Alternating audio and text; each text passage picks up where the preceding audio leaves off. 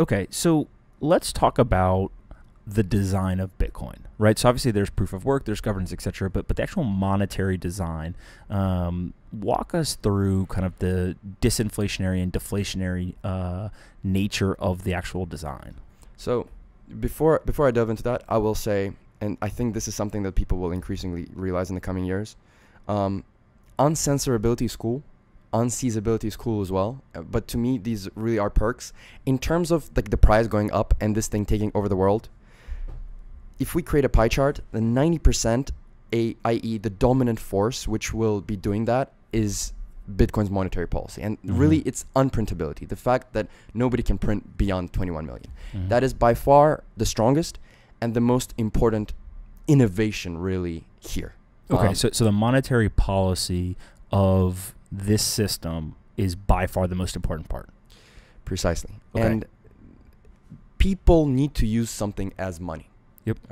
Right now, some of the better currencies are the US dollar, euro, the Swiss franc, etc. But really, people use those because essentially they're picking the least bad thing. I believe the supply of the US dollar in the last year has increased by 6.2%.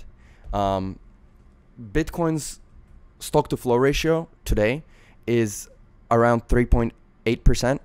And after the next halving, if you go off of the 21 million number, it's going to be 1.7%. And actually, I believe that switch from sort of low 3% to high 1% is going to be the number one sort of driver of the next big wave in 2020. But to answer your question more directly, unlike other currencies, which their respective central banks, in the case of fiat, can print essentially whenever they want, and as well as their sort of respective local commercial banks can create more of when issuing debt, Bitcoin is limited to strictly 21 million units. Some of them, it is believed that several million have already been lost. I believe that when all is said and done, the global supply of Bitcoin is going to be somewhere between 16 and 17 million. The fact that nobody can print beyond the 21 million limit, and the fact that the users, the miners, and essentially everybody in the developers, everybody who has as little as one Satoshi of Bitcoin, they are incentivized in having that rule be the number one and the most important sort of rule, and the number one focal point, the number one selling point which the community is gathered around.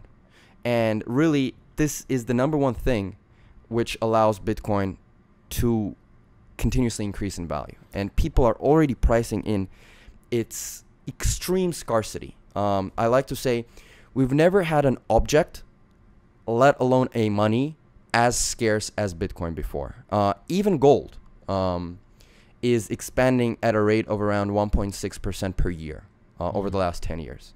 Now, I believe that by the late 2020s, that number for Bitcoin is going to be lower than 1%. And it is every year it's getting lower and lower. So technically, that number is getting lower every 10 minutes. And as you might know, every 4 years, there's a particularly additional sharp drop as well. And so I believe that soundness, that hardness of currency isn't palpably felt by people yet. And even a lot of participants in the market, a lot of sort of traders and investors, they don't really quite grasp this aspect yet. But I believe that this is the revolutionary thing here, and this is why I believe Bitcoin is going to be in the hundreds of trillions in today's terms in the future.